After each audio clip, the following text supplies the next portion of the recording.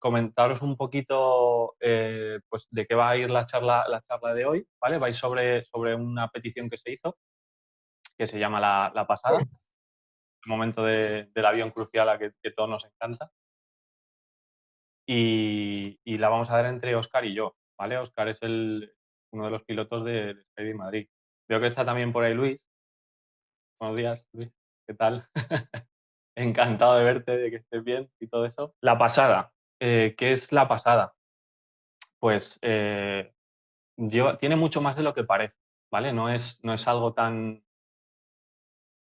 fácil como simplemente el momento en el que el avión se sitúa y lanza a todos los paracaidistas, como lo pone ahí, momento en el cual se sitúa el avión para el lanzamiento de paracaidistas, conlleva muchas más cosas, ¿vale?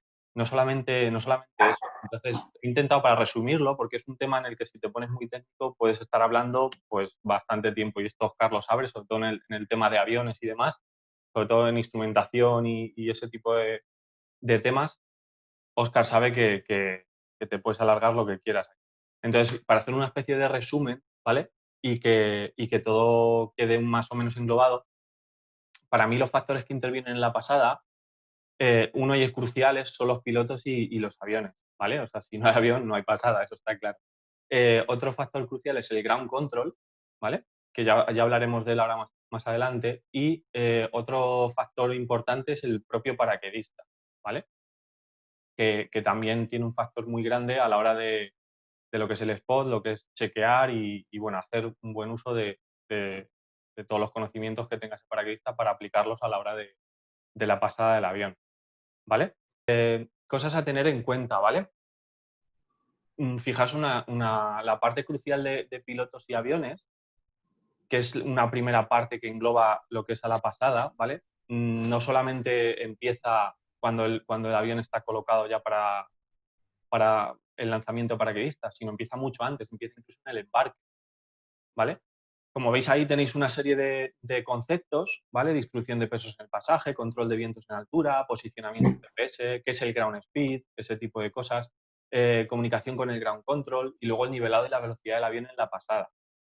Entonces, aquí sí que quiero dar un poco una introducción para que lo comente Óscar, porque Óscar sabe mucho más que yo sobre este tema. Entonces, que él os cuente un poco por qué se distribuye el pasaje como se distribuye en el avión, ¿vale? Por qué nos colocamos como nos colocamos, qué importancia tiene la distribución de pesos dentro del avión, qué instrumentación utilizan ellos a la hora de hacer la pasada, cómo toman vientos con el avión en el primer vuelo, ¿vale? Lo hacen en el primer vuelo y lo suelen hacer en más vuelos a lo largo del día, no solamente lo hacen en el primero, ¿vale? Y que os comente un poco qué es el ground speed, ¿vale? Que ahora os pondré una definición de lo que es, pero para que él os cuente qué es lo que lo que se llama el concepto de ground speed y eh, qué tienen que tener ellos en vista de cara a cuando empieza el lanzamiento de paracaidistas o incluso el previo al lanzamiento de paracaidistas. Entonces, si quieres, Oscar, pues empieza tú comentando todo este tipo de conceptos Sí, y bueno, yo voy mirando mientras el chat y demás, por si alguien tiene alguna duda, cualquier cosa, ya sabéis. vale, de acuerdo. Bueno, yo tendría que exponer muchas cosas, lo que pasa que quizás lo que es la parte de avión nos extenderíamos mucho y voy a intentar centrarme en el tema de la pasada, que es lo que va la charla, y bueno, metiéndome un poco en todo lo que es desde que llegamos a la zona de embarque, ¿no? Desde la zona de embarque, pues la importancia de estar listos en el momento en que nos dicen vamos a la zona de embarque, estar preparados y saber el número de orden en el que vamos a saltar.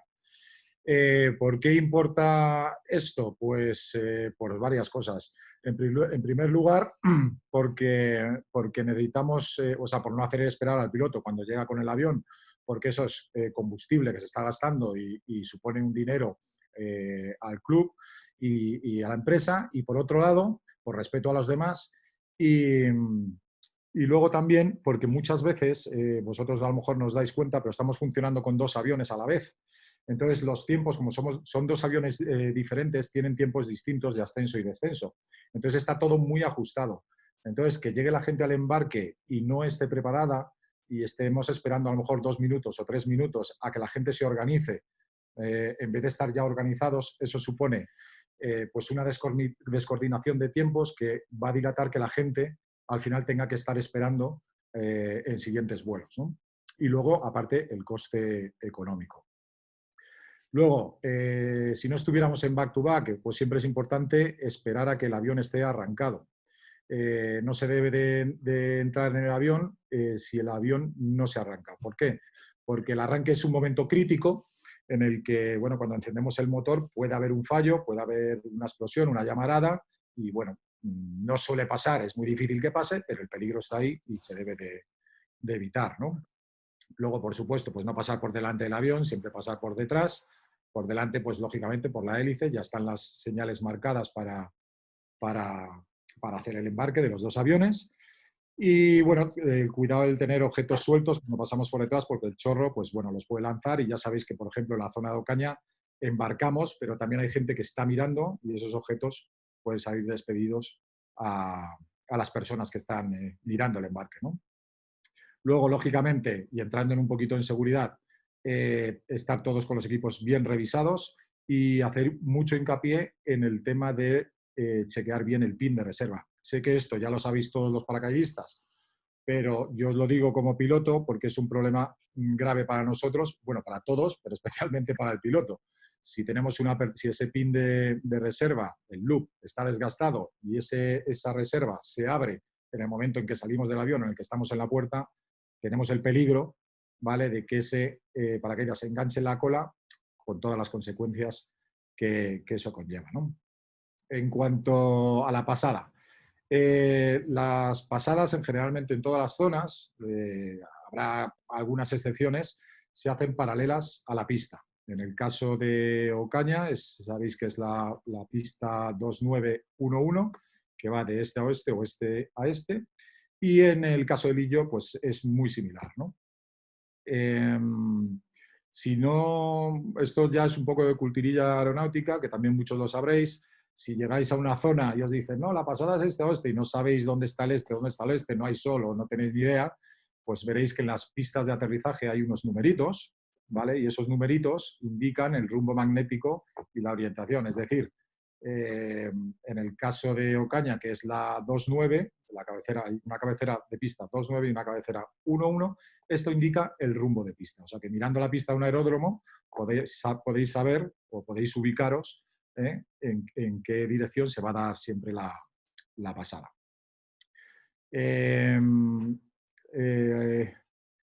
Otra cosilla más, los pilotos siempre utilizamos altitudes. Los paracaidistas utilizáis alturas, ¿vale? La diferencia entre altitud y altura, ya sabéis que la altura es sobre el terreno, ¿vale? Y la altitud siempre es en base al nivel del mar. Lo digo porque parece una tontería y, bueno, a vosotros os sirve vuestra altura, pero ha habido confusiones a la hora de un salto bajo, que ha venido un paracaidista, salto bajo, un piloto que no sabía de paracaidismo y ha habido confusión cuando le ha dicho, oye, a mí lánzame a 5.000. Y el piloto ha entendido a 5.000 pies de altitud, con lo cual en el fondo se está lanzando muchísimo más bajo. Entonces, tener siempre eso en cuenta, que el piloto habla de altitud. Normalmente un piloto que hace paracaidismo ya sabe a lo que se refiere el paracaidista, pero tener en cuenta que como nosotros medimos, o sea, nuestro equipo de altimetría está en altitudes, ¿vale? Es decir, en referencia a nivel del mar, ¿vale? Tenemos que descontar esa altura de diferencia. Es decir, Ocaña, por ejemplo, o Madrid, está a unos 2.440 pies, ¿vale? Entonces, si a nosotros nos decís que os lancemos a 5.000, en verdad os estamos lanzando a 5.000 menos 2.440. Entonces, eso, tener mucho cuidado, ¿vale?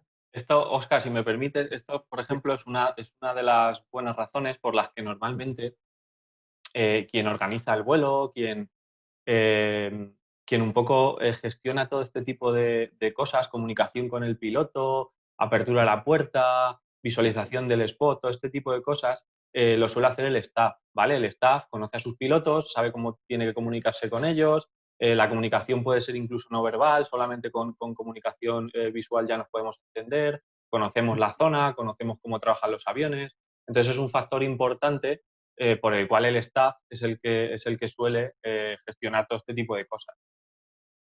Eso es correcto. Bueno, lo digo también siempre para, bueno, pues tenerlo por sobreaviso porque bueno, puede pasar, ¿no? Entonces, pues en el caso de Ocaña estábamos hablando que la pasada siempre la damos de este a oeste o de oeste a este. Siempre la pasada la vamos a dar en contra del viento y siempre el viento que hay arriba. Nosotros lanzamos a nivel de vuelo 150, que para vosotros serán los 12.800 pies, y siempre lo hacemos en contra del viento. ¿Qué hacemos para la pasada y para que todo entre, que todo el mundo entre dentro de la pasada, o sea, dentro de la zona de aterrizaje? Establecemos con el GPS un punto de lanzamiento, o bueno, calibramos el GPS en un punto, que en este caso sería la zona de aterrizaje de los paracaidistas.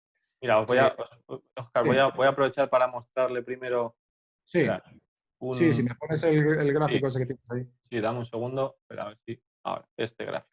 Eso es correcto. Vale, aquí lo podéis ver. Esa es la zona de Ocaña. El centro sería el punto 00, que es donde tenemos el GPS calado, ¿vale? Y entonces, pues la pasada la hacemos este-oeste o al revés, y se puede desplazar norte o sur, ¿vale? Dependiendo de los vientos, que esto lo voy a contar ahora, ¿no? Entonces, como tenemos calado el punto 00 en el GPS, si solo tuviéramos un paracaidista, pues hacer la pasada es fácil. Lo lanzamos en el punto 0 y no hay ningún problema. ¿Qué pasa? Que tenemos muchos grupos, ¿no? Entonces, ¿cómo hacemos? Porque el avión va avanzando, ¿cómo hacemos para que todo el mundo, o intentamos que todo el mundo entre en la zona de aterrizaje, ¿no? Bueno, pues nosotros tenemos establecido que, dependiendo del avión, en el caso de la Pilatus, ¿vale? Tenemos un margen de lanzamiento que va de 0,8 millas náuticas al este, que es ese que está señalando Usur, ¿vale? Hasta el otro lado, que es 0,8 millas hacia el oeste, en el caso de que ese día la pasada esté dirección oeste, ¿no? Esa pasada, esos puntos de lanzamiento, se pueden cambiar dependiendo del viento. Esto estamos hablando de un lanzamiento en el caso de que no haya ningún viento. Pero lógicamente, si de repente tenemos mucho viento del oeste, en este caso, y la pasada es hacia el oeste, pues claro, si lanzamos los primeros a 0,8, no van a llegar. Vamos a suponer que hay 20 nudos de viento, ¿vale? Pues el que lance a 0,8 no va a llegar. Entonces, ¿qué vamos a hacer? Vamos a desplazar la pasada, pues en este caso, vamos a suponer que hay 20 nudos, pues la desplazamos a 0,3. 0,3 antes del punto, más o menos una cosa así. Lo mismo pasa cuando tenemos viento sur o viento norte. ¿Qué hacemos? Pues desplazamos la pasada hasta un máximo de 0,7 millas sur o 0,7 millas norte. Lo puedes poner ahí con el ratón, ¿verdad, Usur? Por ahí, ¿vale? Ese sería eso es, correcto. Luego, como he dicho, esto también depende de cada avión, ¿no? ¿Qué pasa? Que en el caso de la Pilatus hacemos un lanzamiento más o menos a 70 nudos de velocidad indicada, que ahora explicaré la diferencia entre velocidad indicada y la GS, que es la ground speed, ¿vale? Mientras que con la Caravan hacemos un lanzamiento de unos 80, 85 nudos, dependiendo del caso, ¿vale? En el caso del Caravan, ¿qué hacemos? Que nos adelantamos un poquito, ¿no? O sea, si en la Pilatus lanzábamos a 0,8, en la Caravan lanzamos a 1,1. ¿Por qué? Porque va más rápido. Y entonces, entre grupo y grupo, como avanzamos más rápido, ¿vale? Ese cono que tenemos para que entre todo el mundo se tiene que ampliar un poquito, ¿vale? Eso es, correcto. Luego, la separación entre grupos. Como yo os decía, nosotros estamos lanzando, en el caso de la Pilatus, unos 70 nudos, que va bajando, pues vamos bajando la velocidad según va saltando la gente, un poquito, tampoco es algo grande, ¿no?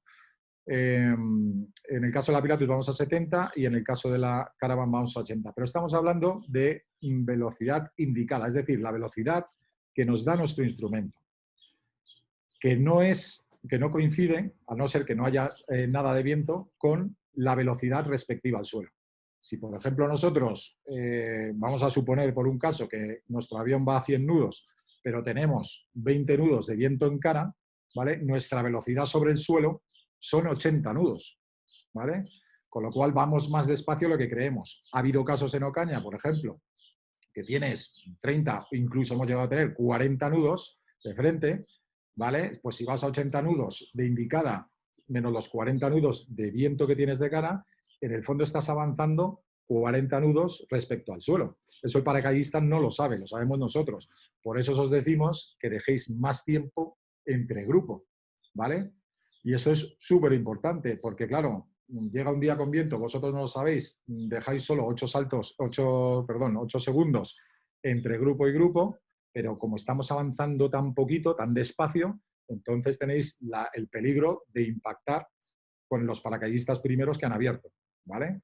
Entonces, normalmente en la Pilatus, si no hubiera viento a la velocidad que vamos, pues con 8 segundos, 10 segundos sería suficiente, ¿vale? Y con la Caravan, incluso con 5 segundos sería suficiente.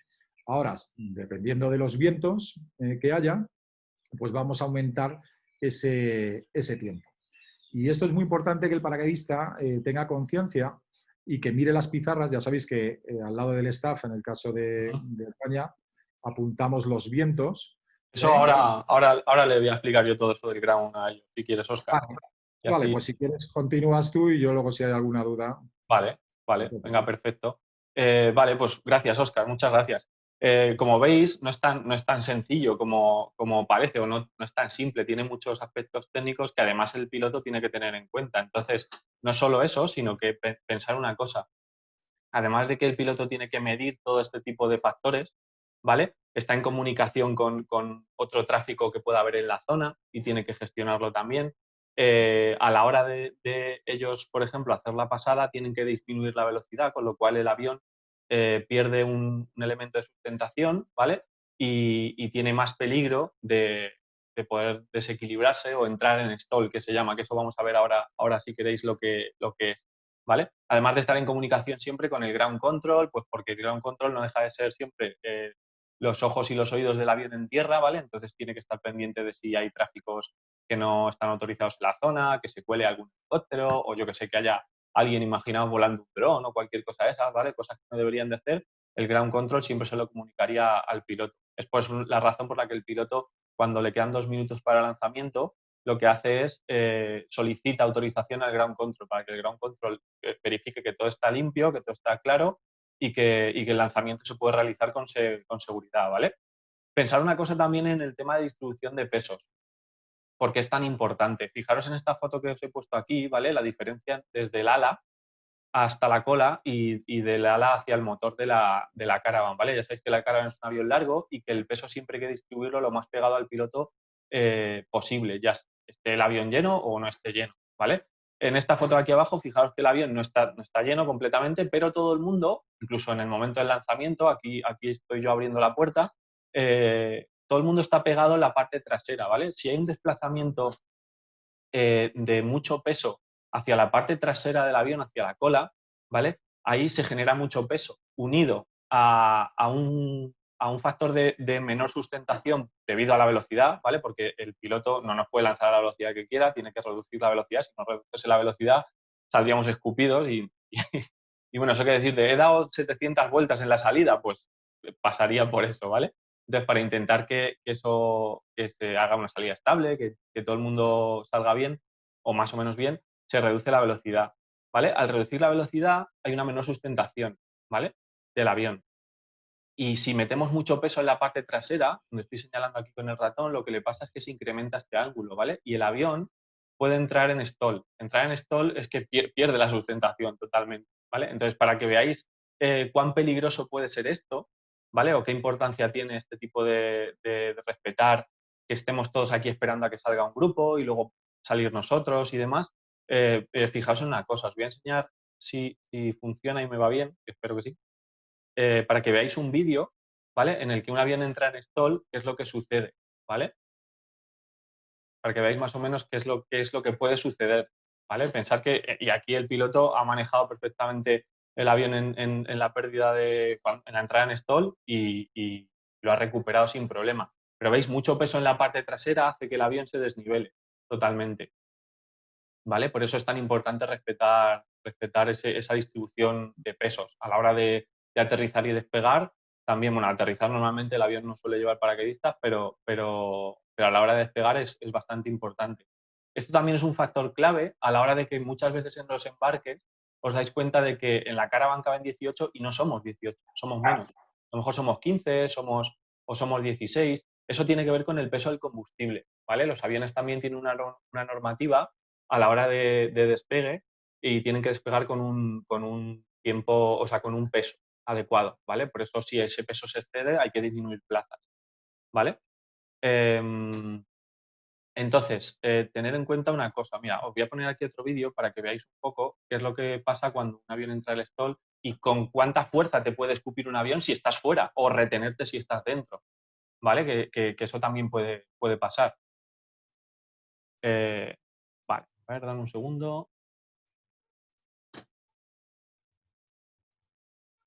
Aquí lo vais, no sé si se ve, está parado. Vale, aquí lo vamos a ir viendo, vais a ver cómo sale un paracaidista normal, ¿vale? Es una salida estándar.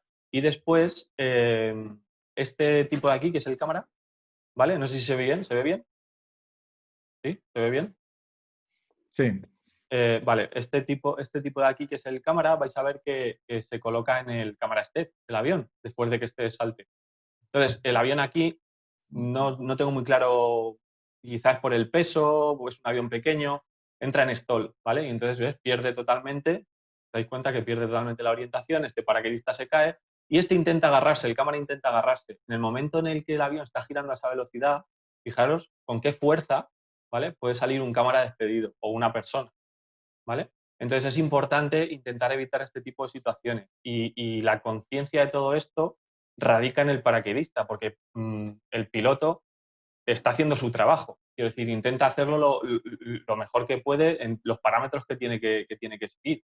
Pero si el paracaidista no le apoya, pueden pasar cosas como esas. Es por eso que en la primera diapositiva que he puesto de la presentación, veíais que era como una especie de rueda, ¿no? Entre paracaidista, ground control y piloto, es una simbiosis al final. Si todos hacen su trabajo y todos colaboramos, pues todo sale bien y podemos disfrutar del salto sin problema, ¿vale? Como habéis visto en esta diapositiva que está explicando antes Óscar, donde se ve pues, un poco el cono de la pasada, cómo se puede modificar hacia el este o hacia el oeste o hacia el norte o hacia el sur, dependiendo de los vientos, os dais cuenta también que debido a ese rango tenemos una limitación de número máximo de grupos que podemos hacer en una pasada.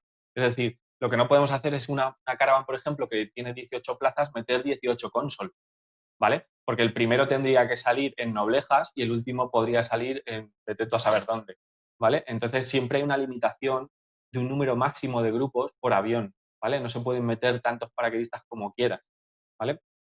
Eso es un factor también a tener en cuenta, que muchas veces, sobre todo eso, las peleas suelen pasar en el manifest, ¿vale? El manifest tiene que tener en cuenta todo este tipo de cosas, el número máximo de grupos que tienes que meter en el avión, el combustible que lleva el avión, para el peso que tiene que tener en el momento del despegue, junto con los pilotos. Por eso, manifest, ground y pilotos siempre están conectados por radio, ¿vale? Para poder comentar todo este tipo de cosas in situ en el momento, pues es necesario, ¿vale?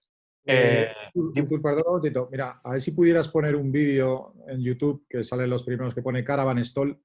Es que es muy significativo y se ve muy bien lo que sucede dentro y fuera del avión y el por qué sucede. Si tienes un tiempo Vale, para sí. pasarlo. Sí, ahora, si te parece, ahora lo busco y lo pongo, sí. Ahora le doy una pasada y lo veo. ¿Vale? Pensad también una cosa. Mira, lo que ha dicho Óscar de la zona de aterrizaje, ya sabéis que la gente tiene tendencia a querer siempre aterrizar en el verde. Yo voy al verde, el verde. ¿Vale? El verde no es la zona de aterrizaje. ¿Vale? La zona de aterrizaje abarca 0,3 millas náuticas desde el cero, que es la manga de viento, donde tenemos nosotros. La manga de viento, no caña. Entonces, todo esto sería más o menos zona de aterrizaje. Con lo cual, si te han soltado muy hacia el este, ¿vale? Lo que se te está diciendo es que vas a llegar a esta parte. No tienes por qué aterrizar justo en el verde, ¿vale? O si te están soltando muy al oeste, te están diciendo que vas a llegar a esta parte, ¿vale? Entonces, eso también tenerlo en cuenta, ¿vale? No es necesario ir siempre al verde. La zona de aterrizaje es muy amplia y tenemos una zona de aterrizaje en Ocaña más amplia todavía que en otros lugares. Entonces, es algo de lo que nos podemos beneficiar siempre, ¿vale? También tener en cuenta lo que os decía. Siempre hay que colaborar tanto con los pilotos como con el ground, como con todo. Entonces, es bueno, aunque los pilotos saben cuándo tienen que poner la luz roja en el avión, poner la luz amarilla, poner la luz verde. Ya sabéis que la luz roja indica 2 minutos para lanzamiento, la luz amarilla indica apertura de puerta, pero no lanzamiento todavía, y la luz verde ya autoriza para lanzar. Lo que está diciendo el piloto con esa luz verde es que tiene todos los parámetros controlados según los que tiene que regirse y que es seguro salir del avión y saltar, pero no quita que se haga siempre un doble chequeo por parte del paracaidista. Entonces, chequear el spot siempre es bueno y es algo que normalmente suele hacer el staff. ¿Por qué? Porque conoce la zona. Quiero decir, nosotros, una vez que ya vamos viendo, llevamos muchos saltos en esa zona, entonces ya reconocemos la zona totalmente. Yo incluso antes de llegar a la pasada ya sé por dónde estoy, ¿vale? Porque ya he saltado muchas veces ahí y me conozco la zona. Pero siempre es bueno que el paracaidista lo chequee, ¿vale? Y siempre el spot siempre se chequea mirando hacia abajo, ¿vale? Para que veáis en vertical hacia abajo dónde está el avión, ¿vale? No miréis nunca en ángulo porque a la altura a la que estamos puede ser bastante engañoso, ¿vale? Siempre hay que mirar hacia abajo, justo en la vertical, y eso te dice dónde estás y dónde vas a saltar, claro, obviamente. Vale, mira, mirad una cosa aquí que quería comunicaros, que Una es cosita, la... Artur, también quería comentar, en el caso de la Caravan, la Pilatus no hay problema, porque el piloto se puede comunicar rápidamente con los paracaidistas porque están al lado, ¿no? Pero en el caso del Caravan, dices, bueno, cuando hay luz verde hay que saltar, pero hay que estar atento cuando te toque saltar, mirar si la luz está verde, porque no es doy verde a la primera y ya empieza a salir todo el mundo, es que a lo mejor, como ha pasado, por lo que sea, un alumno se ha entretenido en el primer grupo, los otros también, y nos estamos yendo fuera de zona, y yo decido cuándo se corta la pasada y a lo mejor hay que dar otra pasada. Y ha pasado alguna vez que he puesto luz roja otra vez, pero ya la gente no la ha mirado, Claro. ¿vale? Porque ya se piensan que se puede salir. No, no. Cuando Ujú. me toca salir, miro que la luz esté verde y entonces ya decido salir. Exactamente, eso es lo que vais a ver luego después en la parte que implica al paracaidista. Como aquí veis la parte de ground control, hay una tercera parte que implica al paracaidista, que es la responsabilidad del paracaidista, y es esa que dice Óscar, que esa es crucial, ¿vale? Yo siempre tengo que chequear esas luces. ¿Por qué? Porque Óscar, el piloto, o Luis, por ejemplo, si están pilotando la Caravan, ellos, mediante el GPS, mediante la instrumentación que tienen, saben la amplitud de esa pasada. Si se están yendo muy lejos, están viendo que ese paracaidista es posible que no llegue a la zona de aterrizaje y se produzca un fuera de zona, ¿vale? ¿Qué hacen con eso? Pues ellos, mediante ese sistema de luces, porque no pueden chillar en el avión, mediante ese sistema de luces están avisando al paracaidista de, oye, nos estamos yendo muy lejos, donde se produce entonces a lo mejor una segunda pasada o ese tipo de acciones que se producen en ese momento, ¿vale? Entonces, tener siempre en cuenta eso. Yo antes de salir miro la luz, ¿vale? Si la luz está en verde, yo continúo. Si la luz está en rojo, significa que algo está pasando y el piloto no me autoriza a saltar, ¿vale? Y eso hay que tenerlo siempre en cuenta, ¿vale? Una parte también crucial, que es el ground control, que se dedica, pues, aparte de ver los tráficos de los paracaidistas y demás, hace más cosas. Por ejemplo, el ground control lo que hace es, en el primer vuelo en contacto con el piloto por radio, ¿vale? Le está, según los estándares de ese día, según el viento que haga, la dirección del viento que haya, a qué alturas hay distintas velocidades de viento y de dónde proceden, de qué dirección proceden, lo que hace es escribir en la pizarra que hay al lado del manifest, una pizarra que da muchísima información a los paracaidistas y que tenéis que demandar siempre, ¿vale? Lo que te está diciendo en esa pizarra, que es algo como esto, ¿vale? No está hecho como la pizarra que tenemos nosotros, pero más o menos. Fijaos que siempre hay una parte que pone running to. Entonces, te está diciendo de dónde a dónde va la pasada, ¿vale? En este caso iría del este al oeste, ¿vale? Y normalmente el ground control también apunta a los puntos.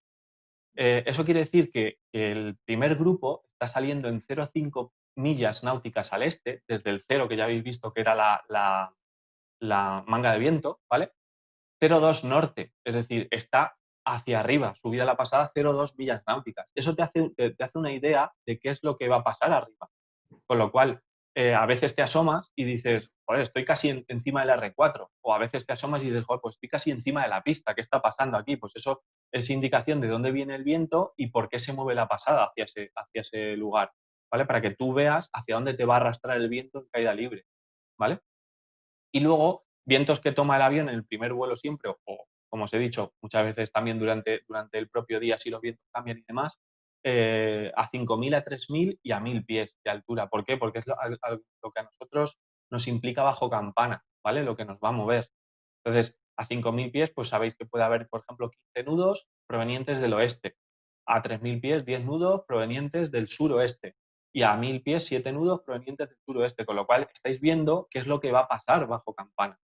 Si tenéis los puntos cardinales ubicados en la zona sin problema, si no, siempre podéis preguntar a alguien del staff, un coach, un instructor, quien sea, que siempre os va a facilitar esta información y os la va a explicar sobre el mapa si fuese necesario, ¿vale? Siempre, pero lo digo sobre todo para gente nueva que a lo mejor se corta un poco a la hora de preguntar y demás, preguntar siempre y demandar siempre este tipo de información, ¿vale? ¿Qué hace también el ground control con respecto a la pasada?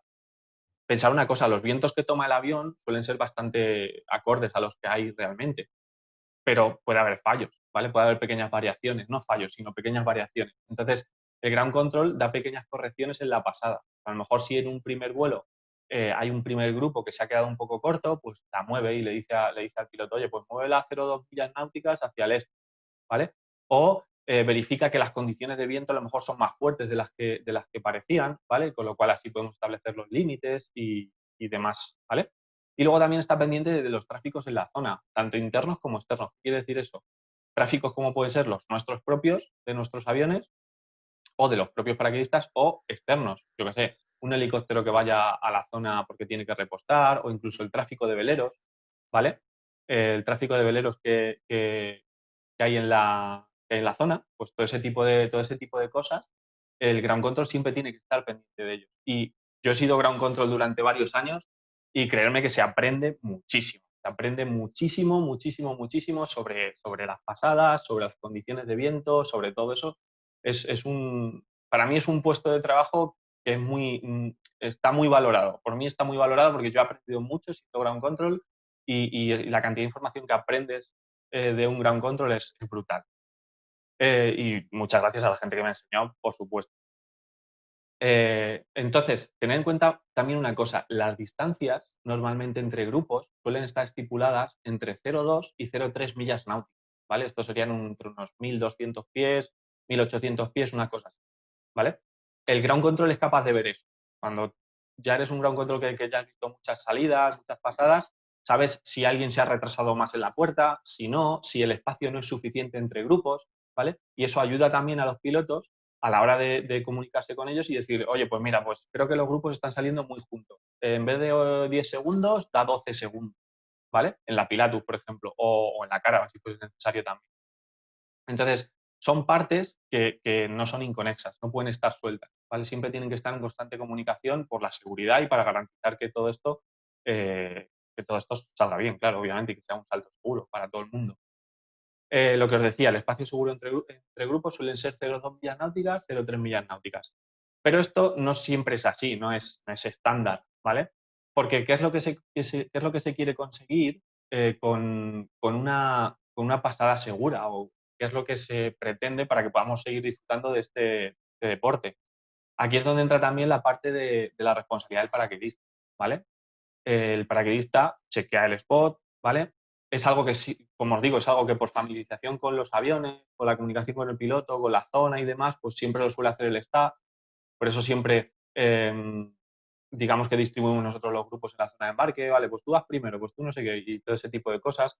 Os decimos también el tiempo de separación o incluso si hay eh, eh, alumnos de consolidación, pues le damos nosotros la salida para que no tengan que estar ellos pendientes de pensar en todo ello. Pero daos cuenta de una cosa, que al fin y al cabo, si somos unos paracaidistas titulados, pues todo este tipo de información la deberíamos de mandar y deberíamos ser consecuentes con ella y usarla correctamente, ¿vale? Con lo cual, si por ejemplo un piloto si llega Oscar y a mí estamos en la Pilatus y me dice que hay 12 segundos de separación, está hablando de 12 segundos de separación entre un saltador y otro saltador, ¿vale? Normalmente hay que tener en cuenta la colocación que tenemos en la puerta, el tiempo que tardamos en colocarnos, todo ese tipo de factores para que eso no se alargue demasiado ni se acorte demasiado, ¿vale? Y lo que se consigue o lo que se pretende conseguir es siempre un escalonamiento. A la hora de organizar esos grupos, se pretende conseguir un escalonamiento. ¿Qué quiere decir esto? Que siempre haya una distancia horizontal y una distancia vertical de seguridad entre unas aperturas y otras, ¿vale? Para tener en cuenta el salto pues sea seguro. Por eso siempre preguntamos a qué altura abres. He ahí la importancia también de respetar siempre esas alturas. Si yo digo voy a abrir a 5.000, es que yo voy a lanzar mi pilotillo a 5.000 pies sobre el terreno, ¿vale? No lo voy a hacer ni a 4.000 ni a 6.500. ¿Por qué? Porque entonces estoy falseando esa información y me están colocando en una posición que a lo mejor no debería de ir, ¿vale? Sobre todo esto paracaidistas que a lo mejor están empezando, llevan pocos saltos y están saltando solos o tienen el título A y saltan en pareja y demás. Es bueno que siempre respetéis ese tipo de información que dais en el embarque, ¿vale? Los factores a tener en cuenta para la organización de grupos, pues ya sabéis que pues, dependiendo del número de saltadores, dependiendo de la disciplina de salto que se hace, la altura de separación y de apertura que va a tener ese grupo, las condiciones meteorológicas del salto, el viento, de dónde viene, si te mueve más, si te mueve menos, todo este tipo de cosas siempre son importantes, ¿vale?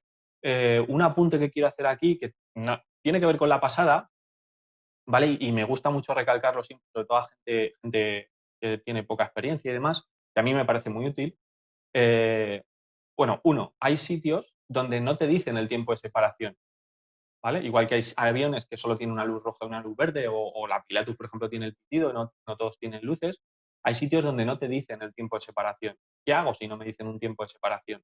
¿Vale? Pensar una cosa, lo mínimo que deberéis dejar entre un saltador y otro es siempre vislumbrando la vertical del avión, es decir, chequeando el spot correctamente hacia la vertical, viendo el saltador previo a ti, ¿vale? Ese saltador que va antes que tú, y yo normalmente a mí me suele ser muy útil poner el brazo a 45 grados de la vertical a donde estoy mirando, ¿vale? Cuando veo que ese saltador ha pasado de ese ángulo mío de 45 grados con el brazo, ya puedo yo saltar, ¿vale? Eso en el caso de que no os den tiempo. Lo digo porque es un factor a tener en cuenta pues que ayuda bastante, ¿vale? ¿Y qué ocurre con esos tiempos de separación que son tan importantes en la pasada o que a tanta gente un poco le perturba o le choca un poco? Pueden ser ampliables, ¿vale? Nunca pueden ser reducidos. Es decir, si el piloto te está diciendo que son 10 segundos de separación, tener en cuenta que 10 segundos es entre saltador y saltador, con lo cual es lo mínimo que tienes que dejar entre dos saltadores. Ahora, ¿qué ocurre si el grupo previo a ti, ¿vale? Tiene más saltadores, no solamente tiene un saltador, tiene 3, tiene 4 o tiene incluso 5. Ten en cuenta que a la hora del break-off, a la hora de esa deriva, siempre va a haber algún saltador que derive hacia donde va el avión, es decir, en la dirección de la pasada. No se puede siempre derivar perpendicularmente, sobre todo cuando pasa de dos saltadores, ya es prácticamente imposible. Entonces, ¿qué es lo que ocurre con esto? Que si, por ejemplo, aquí, como veis en este esquema, veis que hay un grupo de 4 saltadores y hay otro grupo de 4 saltadores después, ¿vale? La distancia del break-off de un saltador, o sea, de un grupo, digamos, y el otro grupo, esa distancia de ese break-off, hay que tener en cuenta la deriva de ese saltador hacia nosotros, ¿vale? Teniendo en cuenta que el estándar, porque claro, luego hay gente que deriva mejor, hay gente que deriva peor, y luego Avilés se mueve 7.000 pies en 2 segundos, pues eso claro, cada uno ya pues como deriva, ¿no? Pero hay un estándar. Entonces, ese estándar siempre se puede un poco ver o regir por una deriva de unos 1.000 pies. Son unos 5 segundos más o menos, ¿vale? ¿Quiere decir esto que, por ejemplo, aquí, si el piloto me ha dicho que tengo que dejar 10 segundos, tendría que dejar 5 por la deriva de este saltador y 5 por la deriva de un saltador de mi grupo? Hombre, igual 20 segundos es demasiado, ¿vale? Pero sí es bueno que ese tiempo se pueda ajustar para que cuando esos dos saltadores deriven en la dirección de la pasada, que es donde puede haber el problema, donde puede haber el peligro, siempre quede ese tiempo de separación o esa distancia de separación correcta y que evite el peligro de colisión tanto en apertura o con la campana o que una campana que caiga encima de otra, ese tipo de cosas, ¿vale? Entonces, es algo que no sé, a mí me parece que con respecto a la pasada es bastante importante y sí que quiero hacer bastante hincapié en este tipo de cosas, ¿vale? Si tenéis alguna duda o alguna pregunta, por el chat o levantando la mano sin ningún problema, ¿vale? Siempre. O sea, no tengáis, esto sé que es un tema un poco peliagudo y a la gente a lo mejor hay veces que le da un poco de vergüenza o un poco de corte preguntar o lo que sea, pero no os quedéis con dudas. Y si no en la zona ya sabéis que siempre podéis preguntar a cualquiera de nosotros, ¿vale? Oye, ¿esto me lo explicas tal? cualquier cosa que necesitéis, ¿vale? Preguntarla siempre sin problema, ¿vale? Esto es un poco el englobe que quería darle o el enfoque que queríamos darle Óscar y yo con respecto a la pasada. Tecnicismos y te puedes meter en muchísimas cosas más. O sea, de verdad, si preguntáis o habláis con algún ground control, si preguntáis al manifest, si preguntáis a los pilotos, son muchísimos factores que hay que tener en cuenta para hacer siempre esto de manera segura, ¿vale? Y la pasada para mí es un factor muy, muy importante. Otra cosa a tener en cuenta Otra cosa, Ursur. Vale, no sé si lo ibas a decir ahora, el tema de una vez abierto el paracaídas. sí, exactamente. Tener en cuenta un par de cositas. Lo que decía Óscar, ¿vale? Una vez abierto el paracaídas, que eso es muy importante, que os lo voy a enseñar ahora en la diapositiva que tenía del mapa anterior, y el desplazamiento de los grupos, ¿vale? Normalmente un grupo que vuela en belly, ¿vale? Es más sensible a que durante la caída libre se desplace debido a este viento. Veis que lo tengo aquí señalando, el viento que va en o sea, que está a la altura de la pasada y que normalmente nos empuja en caída libre. Por eso os dibujo un poco esta línea, ¿no? Para que veáis que a lo mejor un grupo se puede desplazar hacia atrás por este viento, ¿vale? Cuanto más tiempo estás en ese viento, más susceptible eres de que te desplace, ¿vale? Por eso los grupos de belly, que son los que caen más lento o tienen una velocidad de caída, son más susceptibles de ser desplazados por ese viento. Sin embargo, los free flyers, ¿vale? Los grupos de free fly que están en vertical, en cabeza abajo y demás, suelen tener una velocidad de caída superior y una distancia, o sea, un tiempo de caída inferior, ¿vale?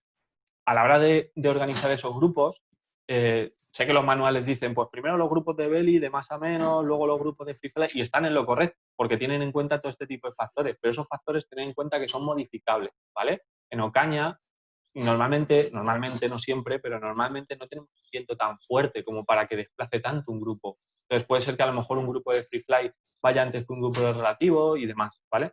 Ya os digo, hay unos estándares en los manuales que pueden ver en el manual, pero sí que es verdad que son modificables, sobre todo teniendo en cuenta las condiciones de la zona, los vientos que suele haber en la zona y demás, ¿vale? Y lo que os decía Óscar, a ver si consigo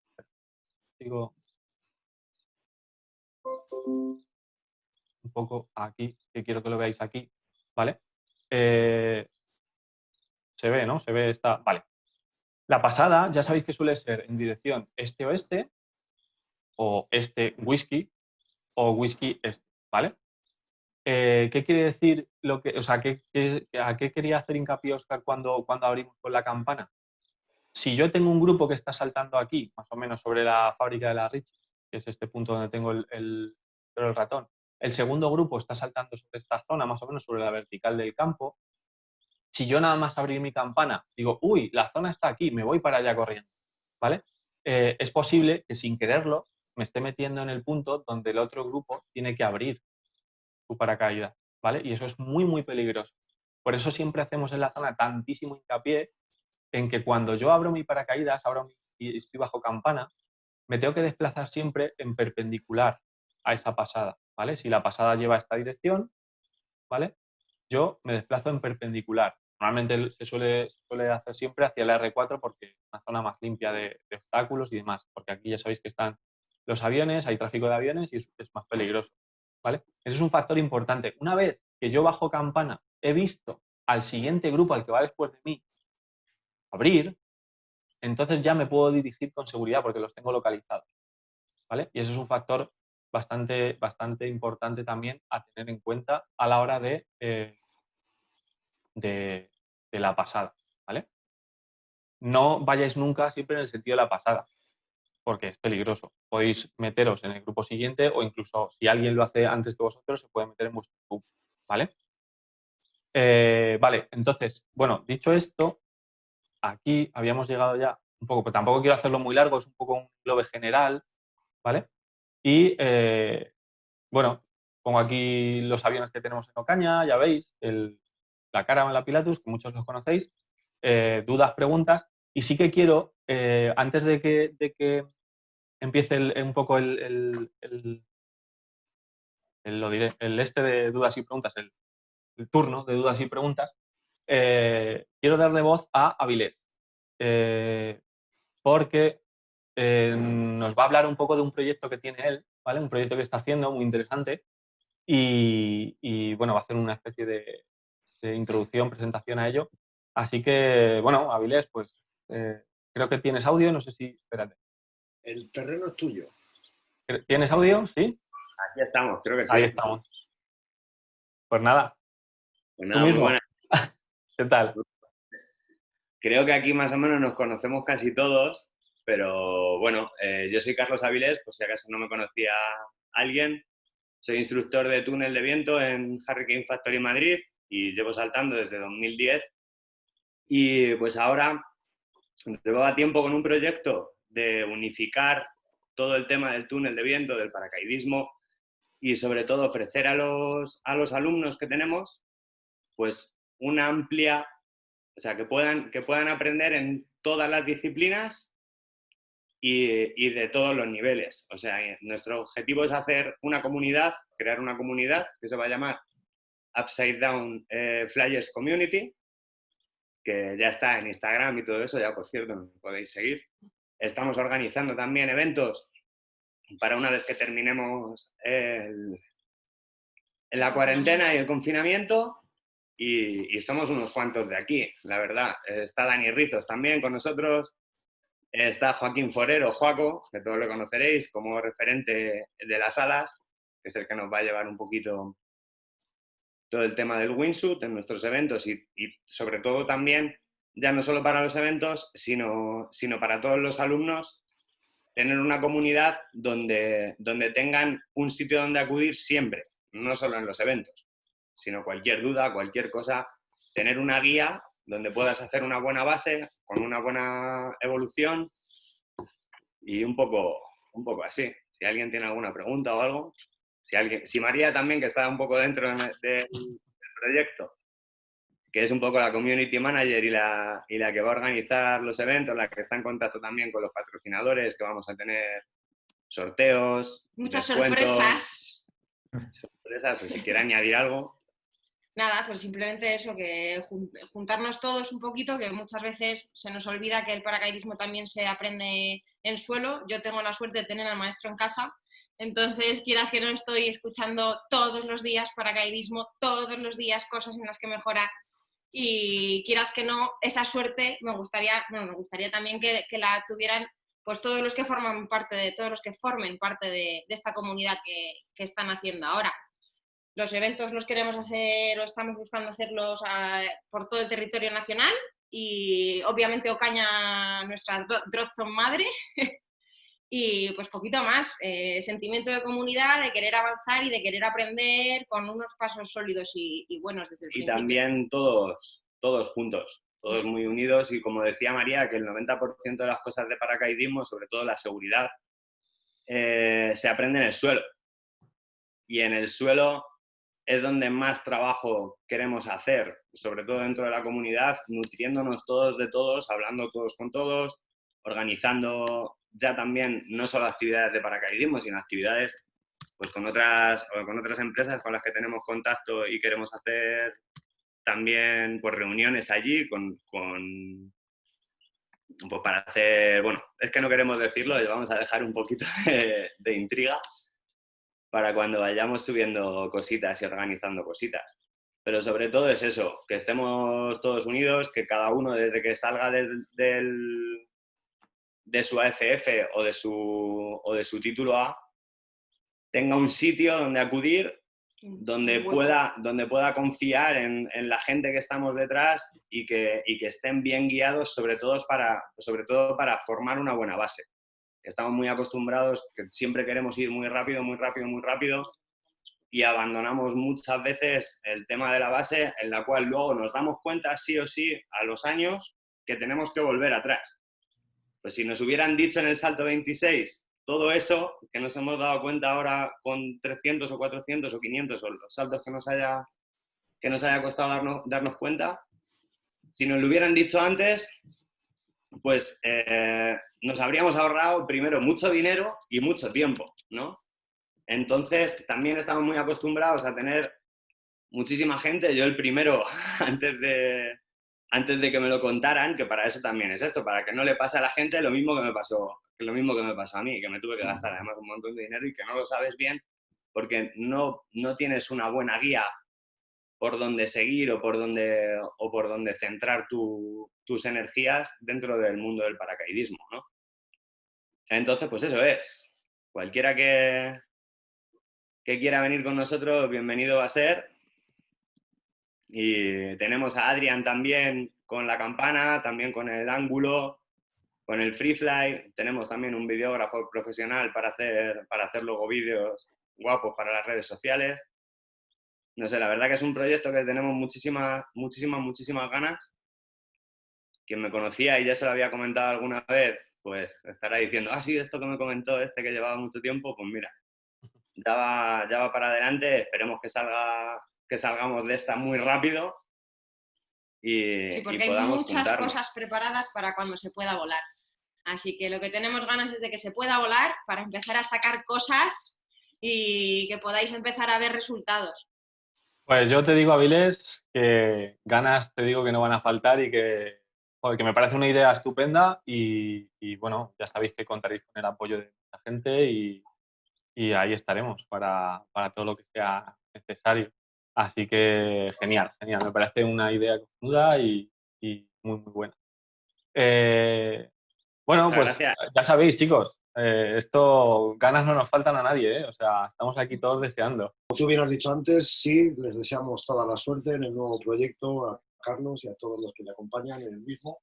Esperemos que reanudemos pronto y nos pongan sobre la mesa ya ese caramelo que se ha quedado ahí, que no nos quieren mostrar del todo, pero está bien, ha quedado en todo lo alto. Enhorabuena, chicos. Al final suerte. vamos a ser una familia, queremos hacer de todo juntos, un montón. Al final somos todos cortados por el mismo patrón y no hace falta solo saltar para aprender de paracaidismo. Yo he aprendido mucho de paracaidismo con colegas de paracaidismo en viajes de buceo. O sea, ¿por qué no podemos hacer también viajes de buceo, juntarnos mucho, que al final creemos ahí una bola o una rueda donde se creen muchas cosas, donde se vayan a crear muchas cosas, muchas amistades, muchos grupos y muchos saltitos y mucha diversión y sobre todo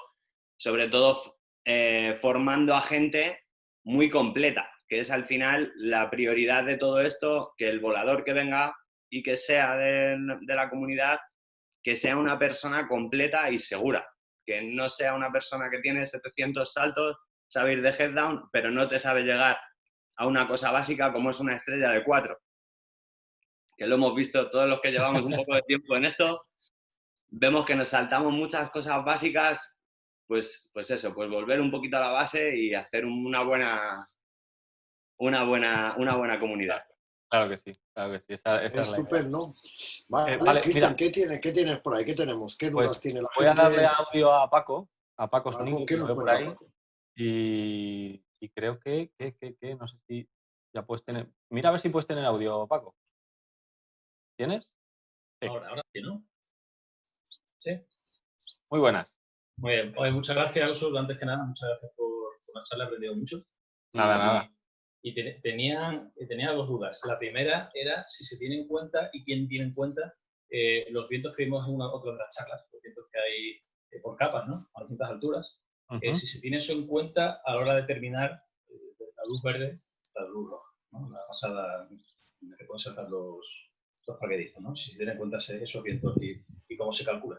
Y la otra es cuando ese doble check que comentabas, ¿no? Que hace alguien del staff o alguien así con mucha experiencia para confirmar, aunque el piloto a lo mejor ha dado luz verde, pero hace un doble check confirmando que es seguro saltar, ¿no? A lo mejor el avión, si está inclinado, no sé, porque a lo mejor no vuela exactamente horizontal, ¿no? Eso, ¿cómo calculas bien la vertical? Como tú comentabas, que a esas alturas cualquier variación te puede engañar, ¿no? O sea, si miras mal, si no miras bien en la vertical, pues puede haber un error importante, ¿no? Entonces, y como el avión puede estar inclinado, no sé eso cómo lo ves. Vale.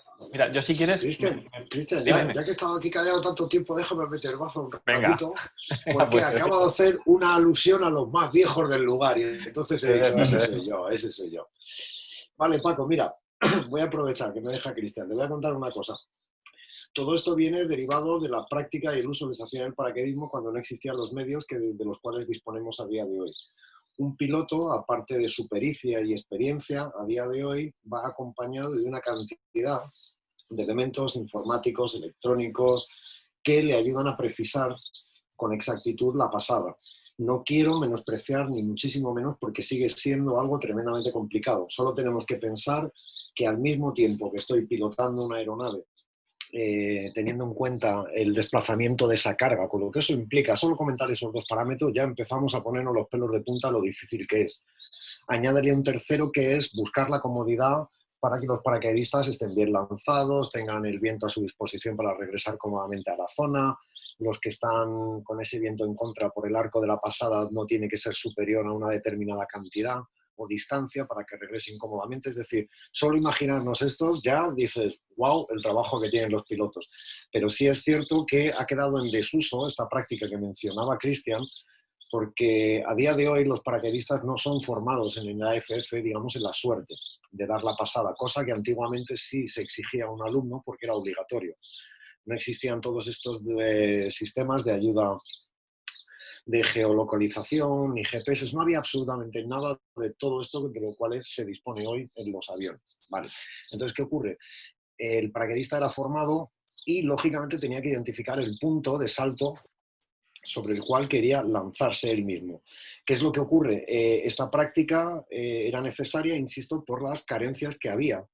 Y lo más fundamental para determinar, y así contesto rápidamente ya tu pregunta sin enredarme, si un avión estaba alabeando en ángulo, inclinado, como le quieras llamar, de la forma más profana, existía lo que llamábamos la triangulación, así nos lo enseñábamos, teníamos que asomar parte del torso fuera de la puerta del avión. Lógicamente, a día de hoy piensa que el paracaidismo ha evolucionado muchísimo. No se utilizan solo aviones de pequeña velocidad de crucero, como una Cessna 206 o similares.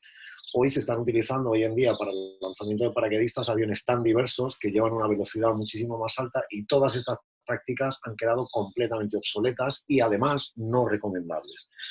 Pero retrocedo y te explico.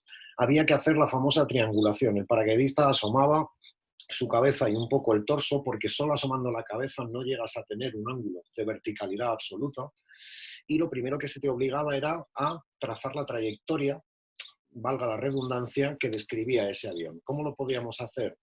Teniendo en cuenta que el pasaje de un avión de paracaidismo, la puerta suele estar situada en la parte más trasera o cercana a la cola, cercana entre comillas, teníamos que asomarnos y determinar que la línea que marcaba el fuselaje y el morro del avión era coincidente con la trayectoria que tú querías ver con la zona al fondo. Acto seguido tenías que continuar en línea recta desde ese punto que identificabas como punto de salto de la zona, asegurándote que la trayectoria horizontal del avión era absolutamente correcta por tu visión. Continuabas en línea recta hacia ti para determinar lo que era la verticalidad, asegurándote que el marco de la puerta que forma parte del fuselaje del avión trazaba una línea a modo imaginario de 90 grados respecto al suelo. Y por último, la triangulación se cerraba desde ese punto que acababas de identificar en el suelo, ¿vale? Girabas la vista hacia la izquierda. Estamos hablando, imaginaros, pongamos por caso un avión que tiene la puerta a la izquierda para no crear confusión. Y por último lo que hacíamos era levantar la vista y ir a mirar la punta del ala, ¿vale? Hablo de una forma más profana y así nos entendemos todo. ¿Qué quiere decir esto? Si esa punta del ala estaba por debajo del horizonte, implicaba que ese avión estaba teniendo un viraje hacia la izquierda. Si esa punta del ala estaba un poco por encima o bastante del horizonte, obviamente ese avión estaba girando hacia la derecha, y así nos entendemos todo.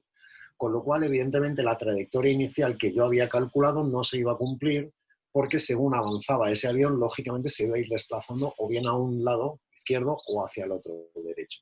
Cuando esa triangulación era coincidente, lo que teníamos que hacer acto seguido era el punto de referencia que había cogido sobre la vertical a 90 grados, tenía que contar 5 segundos y volver a repetir esa triangulación para ver lo que a día de hoy una máquina determina con una precisión y una exactitud pasmosa, que es el ground speed, la velocidad respecto al suelo, no la velocidad del avión, que son dos conceptos diferentes, ¿vale? La velocidad que tiene el avión respecto al suelo.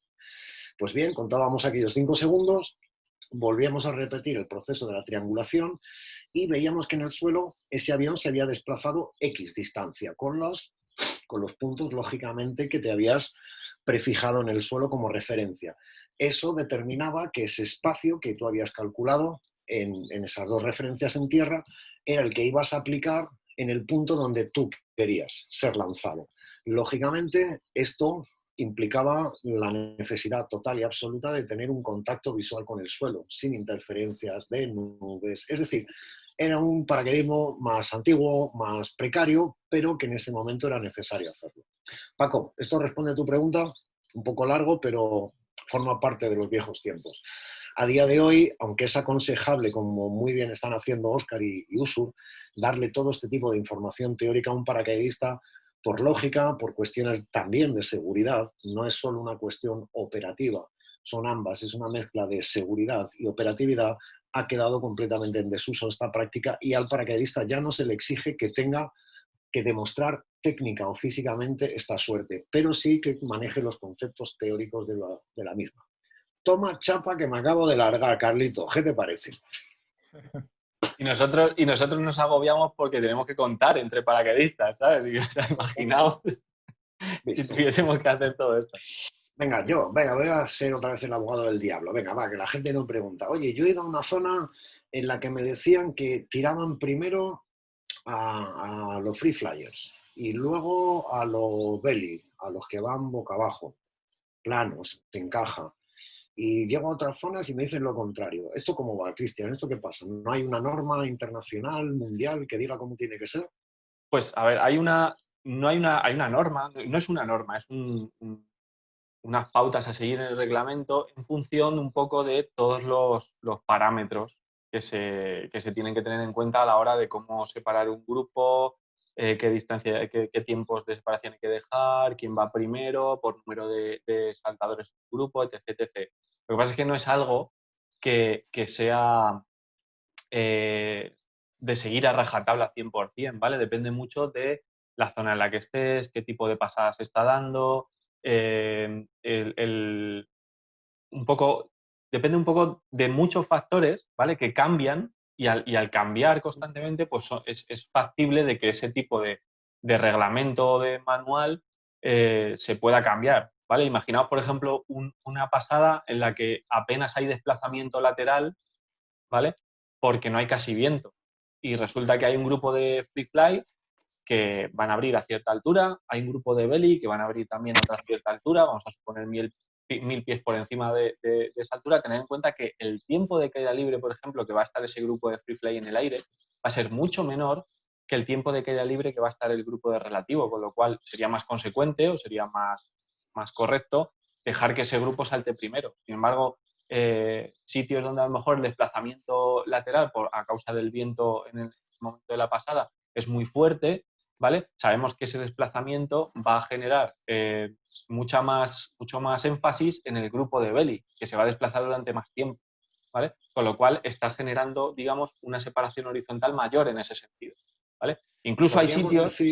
Cristian, podríamos decir entonces que existe no una regla, no una tabla, no existe una normativa al respecto. No, es decir, el paracaidismo ha ido evolucionando a lo largo de los últimos 25 o 30 años a tal velocidad que es imposible mantener un manual. ¿Por qué? Porque, entre otras cosas, el material ha cambiado. Los practicantes han cambiado. Es decir, el uso y la práctica del paracaidismo deportivo a día de hoy está a años luz de lo que podía hacer un paracaidista deportivo hace 25 o 30 años en cuanto al número de saltos, la frecuencia de saltos, el material que está utilizando, con la asiduidad que realiza el deporte. Y todos estos factores hacen que permanentemente se estén adaptando a los nuevos cambios. Las modalidades de paracaidismo, partiendo de la base de un inicial salto en caída libre y todo está medio controlado desde un avión pequeño, a de repente empezamos a manejar paracaidistas con distintas disciplinas, formas distintas de caer en el aire. ¿Qué implica caer de formas distintas en el aire? La velocidad, factor determinante para el tiempo que estamos en caída libre. A su vez mezclamos los paracaídas. Han cambiado tantos y son tan dispares los tamaños de los mismos que hacen que no tenga nada que ver lo que representa un paracaidista con una carga alar pequeña a una carga alar, como nos comentaba Adrián el otro día en su charla, cercana a 2.93, ya no me acuerdo, es decir, estas barbaridades, que implica que todos estos factores ahora empiezan a jugar de una forma determinante. Cuando antes era todo muy parejo y parecido, hoy en día no lo es así, es tan dispar y tan diferente. Por otra parte, también se ha generalizado, afortunadamente para nosotros, el crecimiento del deporte y por lo tanto hay muchísimas zonas de salto en sitios y con unas particularidades y unos condicionantes geográficos tan dispares que hacen que las medidas de seguridad que se apliquen en unas y otras, aunque partan de la misma base del paracaidismo deportivo, tienen que tener una aplicación radicalmente distinta. Voy a poner por caso que representa saltar en una drop zone o zona de saltos que esté ubicada en una isla a la que esté en tierra adentro sin ningún tipo de interferencia con una superficie de agua en la que sea susceptible que un paracaidista se ahogue. Evidentemente, las pasadas, todos los procedimientos de seguridad para el salto van a ser adaptados a las condiciones geográficas y o climatológicas de la zona. Es decir, no tengáis por norma el hecho de decir es que yo cuando salto en Ocaña, como se hace la pasada aquí, en cualquier otra zona será igual. No, es una obligación nuestra como practicantes de este deporte saber que todas y cada una de las zonas de salto del mundo tienen normas específicas que se adaptan a las condiciones geográficas, climatológicas para modificar e incluso de su clientela y de su operatividad. Es decir, son todos ellos factores que a día de hoy, y os doy ya la última pauta legal, en este caso la Federación Española a través de la Comisión Técnica Nacional de Paracaidismo tiene reglamentado, se le llaman las reglas básicas de seguridad, RBS. Estas RBS, para no ser muy pesado, son susceptibles de ser modificadas en todas y cada una de las zonas de salto, insisto, siempre amparados por cuestiones de seguridad, condiciones geográficas, climatológicas, etcétera, etcétera. Por lo tanto, no toméis como norma algo que no existe. Cada zona de salto tiene unas particularidades y unas razones para aplicar las mismas. A preguntar mucho, allí donde vayáis, nunca deis por hecho que todo es igual. Óscar, ¿tú dónde has saltado? Un sitio así que no sea España, venga, a bote pronto. Pues por ejemplo en Ampuria Brava, en Castellón. Ampuria Brava, vamos a hablarles a los chicos de Ampuria Brava. No sé por qué a Óscar, es porque le he pillado andando, porque le he dicho un sitio que no haya saltar España y la primera que le sale es Ampuria Brava. Es que es verdad. Y ahí estamos. Tú lo sabes, vale, bien. pues sí, efectivamente, venga, pues sí. Mira, tanto Óscar como yo tenemos un poquito de experiencia en esta zona. A modo de ejemplo, os puedo decir que hay una particularidad muy especial en Ampuria Brava. Tiene una similitud respecto a Ocaña, también tiene una pasada convencional. En el caso de Ampuria Brava es norte-sur o sur-norte. La más habitual y la más estándar es sur-norte. La principal razón de que su pasada primordial sea esta es debido solo y única exclusivamente al viento. No, es a la condición y a la ubicación geográfica de la zona de saltos. Tiene al sur una bahía enorme, es decir, el mar, una superficie de agua brutalmente grande, susceptible de ser muy peligrosa para un paracaidista, evidentemente. Acto seguido, desde la playa hasta la zona, tiene una ciudad, una marina residencial que, aparte de suponer lo que implica cualquier pueblo o ciudad, que son cables eléctricos, tendidos, casas, asfalto, coches, se le suma la complejidad de que es una zona que es una marina residencial, por lo tanto tiene también muchísimos canales de agua. Y acto seguido y a continuación comienza la zona de saltos. Evidentemente, los técnicos de esa zona han determinado por seguridad que su pasada principal siempre correrá menos riesgo lanzándose de mar a tierra. Caso de que se equivoque el piloto, no el piloto, sino que se puede equivocar una máquina, un GPS, dar una mala lectura, pensar que a día de hoy podemos legalmente lanzar, aunque tengamos las nubes tapándonos la visual con el suelo, ¿vale? Podemos lanzar siempre y cuando éstas estén por encima del límite de apertura de los paracaidistas. Bien, pues evidentemente se pueden dar una serie de circunstancias en las que el error conlleve a que pueda ser lanzado todo el pasaje de un avión en medio de una bahía, si jugasen en esa zona al riesgo de ir solo en contra de viento, como se supone que es lo estándar. Pues allí aplican un criterio diferente. Por razones de seguridad prefieren hacerla más incómoda, pero la lanzan en el 90% de las ocasiones de mar a tierra. Y esa es la razón fundamental. Incluso, Félix, Sí, tengo entendido que a veces hacen la pasada de manera cónica, ¿no? O sea, con los saltadores, quiero decir, por alturas y demás. No, hay una que es muy compleja que no me atrevo a explicar aquí ahora, porque después de 18 años trabajando allí, cada vez que teníamos que intentar explicarlo era una auténtica barbaridad. Quizá aquí me la cace al vuelo Óscar, porque lo conoce perfectamente como piloto y profesional, y algunos de vosotros, pero hay una muy particular, que es cuando la pasada se hace al revés, cuando es norte-sur, es decir, cuando el avión va dirigiéndose hacia el mar. Lógicamente la gente se le ponía los pelos de punta porque obligábamos a la gente a embarcar en el sentido inverso al que estaban habituados. Como es lógico, tú llegas y dices, pues venga, los alumnos, pues primeros al avión. ¿Por qué? Porque saltan los últimos, ¿no? Abren más alto, pues en esa configuración en Ampuria Brava se hace exactamente al revés. Entonces era terrible ver paracaidistas con muchísima experiencia, pero que no conocían el hábito de seguridad de esta zona de saltos, y le decían, ¿tú eres experto? Sí, vamos un grupo de 7 free fly al fondo del avión. Y se les quedaba una cara de decir, ¿qué? Y entonces, y los últimos en embarcar, es decir, los primeros en salir, iban a ser los AFFs. Y se tocaban la cabeza como diciendo, madre mía, están locos estos de Ampuria Brava, ¿qué les pasa? Es lo que llamamos, cuando se toma una decisión, la menos peligrosa. Porque lo que ocurre cuando tú sueltas en primera instancia o largas en la pasada en primera instancia a los paracaidistas que tienen menos experiencia, que caen más lentos y abren más altos, lógicamente a uno le rechinan los dientes cuando dice, a ver, yo el siguiente voy a saltar, voy a ir mucho más rápido en caída libre, voy a ir a una mayor velocidad y voy a tener una persona que encima va a abrir por encima de la altura que yo voy a hacer, con lo cual lo traspasaré, digamos, linealmente en caída libre. Sí, pero evidentemente los técnicos de la zona valoran los riesgos que no voy a enumerar ahora aquí en este momento, que supondría hacerlo de la otra forma, y por experiencia dijeron no, es el menor de los riesgos y lo tienen controlado. ¿Qué es lo que hacen? Aumentan una barbaridad los tiempos de separación entre grupos. Es una razón en la que es un viento muy poco habitual, ¿verdad, Óscar? El sur-suroeste. Cuando sopla allí ese tipo de viento, que lo habitual todos conocéis de Ampuria Brava, habréis oído, ¿no? Que es el viento del norte, la famosa tramuntana.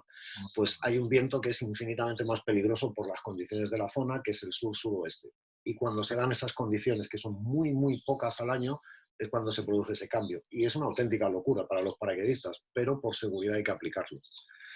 Pero yo me refería a zonas un poco más lejos de nuestro ámbito, no estemos tan cerca, no hemos saltado alguno de nosotros, alguien por ahí, que levante la mano. Yo he saltado en Hawái, yo he saltado en... Dios santo, a ver, un sitio, venga chicos, anímense. Rizo seguro que ha saltado fuera. Cuéntenos alguna particularidad de un sitio lejano, remoto, y que os haya extrañado el proceder que tenían.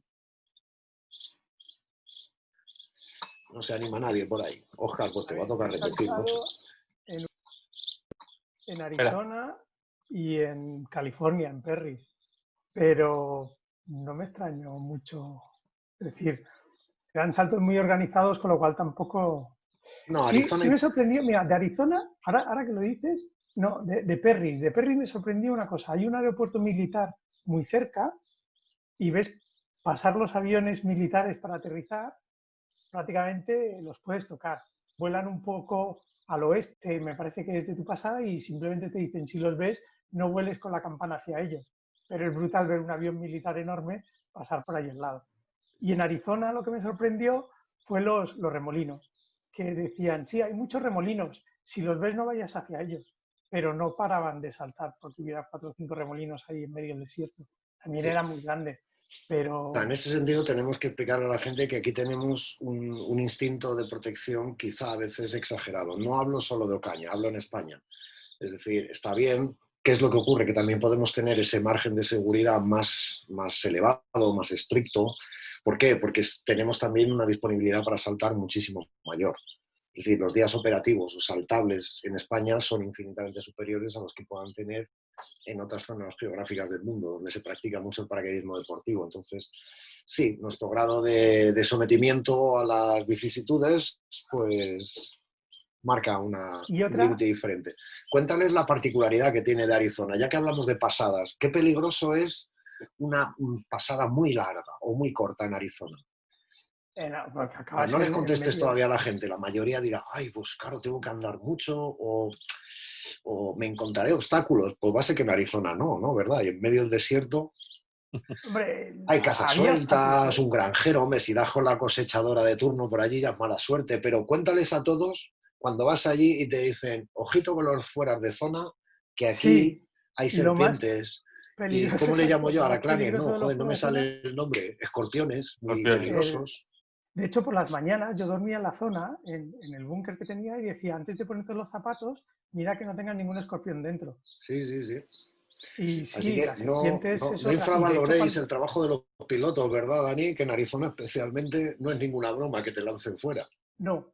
Y además, otra cosa curiosa, cuando hay tanto paracaidista y tanto tráfico, que a veces hay 2 aviones lanzando en paralelo.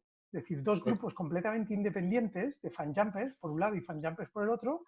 Un avión, como decía Cristian, vuela pues a 05 norte y la otra a 05 sur. Y las tienes volando de este a oeste 2 aviones en paralelo con 2 pasadas que no tienen nada que ver unos con los otros. Con lo cual, el espacio aéreo puede ser estar mucho más ocupado de no es solo no vueles hacia el sentido de la pasada con la campana, sino que, ojo, no te metas debajo... Tampoco te vayas en exceso perpendicularmente que puedes dar con otra pasada. Bien, esto podemos decir que se aplican, estas normas son aplicables en los campeonatos del mundo. Si no, desde hace muchos años, con la cantidad de participantes y disciplinas que hay, cuando vayáis a un mundial y lo disfrutéis, vais a ver que una misma zona de saltos tiene distintos emplazamientos con zonas de seguridad bien marcadas y delimitadas, porque los propios paracaidistas en las distintas modalidades tienen que utilizar aeronaves diferentes. Es decir, la precisión clásica se suele lanzar desde, si es posible, desde helicópteros, porque trabajan en una cota y una altura diferente de lanzamiento. Los equipos de trabajo relativo que van planos 4 y 8 manejan alturas diferentes a las que tienen las de free fly. Las competiciones de pilotaje de campana, sub, como le llamáis también, manejan evidentemente velocidades y alturas de lanzamiento diferentes. Entonces, si todo esto se mezcla en una única zona de saltos, no quiere decir zona de saltos como emplazamiento geográfico, sino me refiero a los puntos de lanzamiento, esos cilindros imaginarios verticales que se reservan como espacio aéreo para el lanzamiento de los paracaidistas.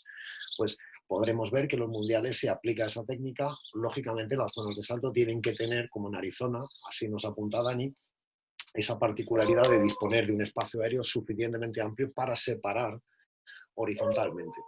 El trabajo que conlleva, imagínate, si ya es complicado el trabajo de los pilotos cuando tienen que trabajar en una zona multidisciplinar, es la repera, porque claro, cada uno tiene una senda de ascenso, otra de descenso, es decir, es un follón simpático de ver en los mundiales. Luego, otra anécdota, hablando de particularidades de zonas a la hora de aterrizar y demás y de saltar, es, me acuerdo en Klatovy, entrenando con un grupo de alemanes, y esto Félix me avisó de lo cabezas cuadradas que son los alemanes, estereotipos aparte, pero me comentó, era una zona en la que no había té. Había una manga, pero no había té. Entonces, en el primer salto de la mañana, la manga estaba completamente parada, no había nada de viento. Entonces, el que organizaba el salto dijo, vamos a aterrizar todos hacia el oeste. Y podría haber dicho hacia el este igual, porque es que no había viento. Bien, subimos al avión, saltamos, abrimos los paracaídas y la manga estaba tiesa, pero al lado contrario. ¿Te puedes creer que nadie aterrizó al contrario de lo que habíamos quedado? Es decir, dijeron que aterrizaríamos hacia el este, pues todos aterrizaron con viento a favor, porque es lo que habíamos quedado.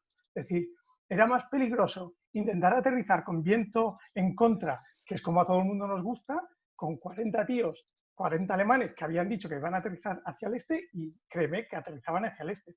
Y me parece recordar, Félix, que en Empuria Brava te pasó algo parecido. Sí. 6 Twin Otters seguidas.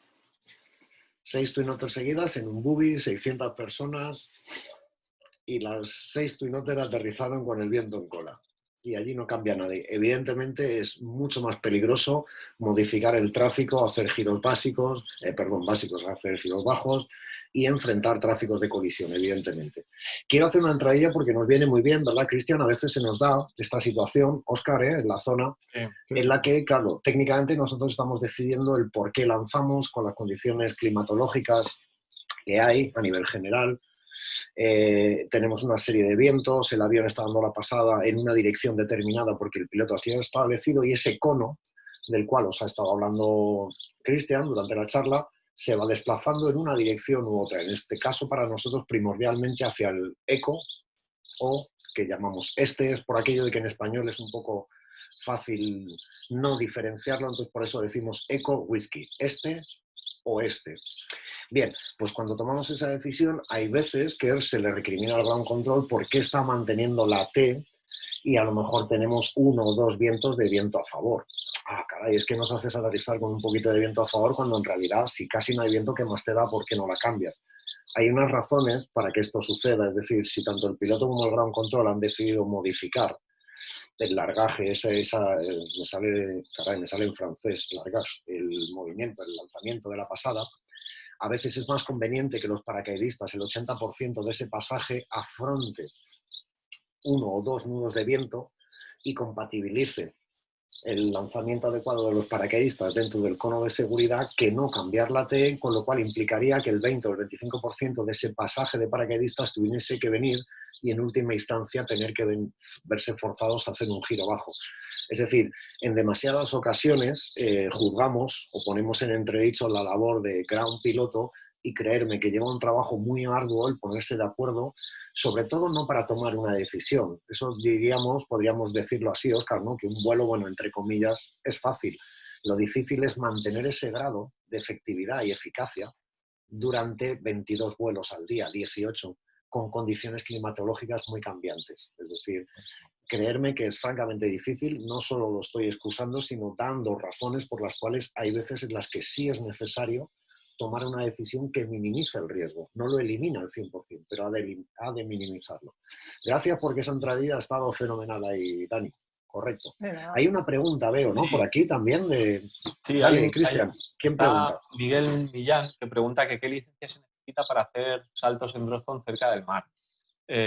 A ver, en principio, las drop zone ponen sus reglas en este sentido. Por ponerte un ejemplo, en Empuria Brava está muy cerca del mar y hay alumnos. O sea, te puedes sacar el curso de FF allí. Quiero decir, hay alumnos que no han saltado nunca y pueden saltar allí. Y otro ejemplo que me viene muy bien de Rizos es cuando se fue a saltar a Dubái, que quería saltar en La Palmera, que tiene una zona de aterrizaje pues un poco más pequeña, está cerca del mar. De hecho, la zona de espera para poder aterrizar ahí tienes que hacerla justo sobre el mar. Entonces, para saltar ahí te exigen tener mínimo 1000 saltos y además tienes que hacer previamente un salto bajo, demostrar que puedes aterrizar ahí para luego poder hacer tu salto en La Palmera. Si no tienes esos requisitos, te mandan a saltar a la otra zona que tienen en Dubái, que está más al interior del desierto. Entonces, como respuesta, pues tendrías que preguntar un poco en la zona en la que estás. Yo te puedo echar un cable y darte la respuesta, digamos, institucional. En el Estado español, la Real Federación Aeronáutica Española, insisto, por medio del Consejo, Federación, Comisión Técnica Nacional, Reglamento de Paracaidismo, en España, una zona de saltos, si está situada a menos de 2 kilómetros de una superficie o masa de agua susceptible donde un paracaidista pueda morir ahogado, no se incluye en estas superficies de agua una piscina. Evidentemente todos sabemos que desgraciadamente te puedes ahogar en un charco, pero una piscina no está considerada como tal en la reglamentación una superficie o masa de agua que implique ese riesgo. ¿Dónde entran esas categorías? Ríos, lagos con una superficie determinada, obviamente mar, brazos de mar que sean suficientemente grandes, no una mini ría o entradilla, es decir, hay un concepto de masa de agua susceptible donde el paracaidista pueda morir ahogado. ¿Por qué? Hay una razón. No entremos en el debate de por qué una piscina muy grande olímpica no es considerada una masa de agua susceptible de ahogarse. Es que si con un paracaídas tú aterrizas incluso dentro de una piscina olímpica, es que ha sido ahí a propósito. Hay que hacerlo a posta. Es decir, consideramos que el paracaidista a 1000 pies tiene una capacidad de recorrido y avance con su paracaídas para evitar ese tipo de superficies de agua. Con esto voy a remitirme al caso más cercano que tenemos en España, que son 2 zonas de salto como Castellón y Ampuria Brava. ¿Vale? Porque hay otras zonas, en Santander también se salta muy cerca del mar, pero no está constituida como zona de saltos oficial y constante o permanente. Vamos a los 2 ejemplos que nos llevan a la realidad en España. Castellón.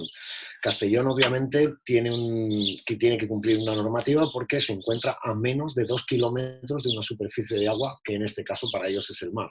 En este caso el reglamento contempla que el paracaidista tiene que llevar un sistema de flotación añadido a su equipo personal.